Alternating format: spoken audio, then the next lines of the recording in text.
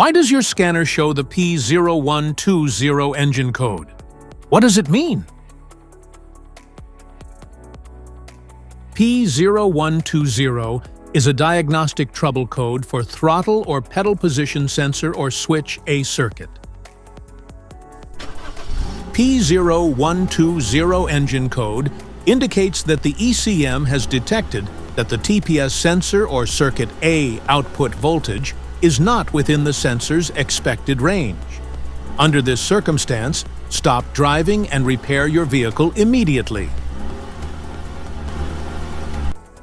So what causes this imbalance here are the most common culprits.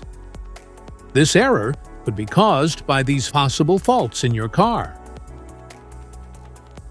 Faulty throttle position sensor, throttle body issues, damaged or corroded TPS wiring or connectors, PCM software issues or failure. Each DTC code corresponds to a specific issue in your vehicle.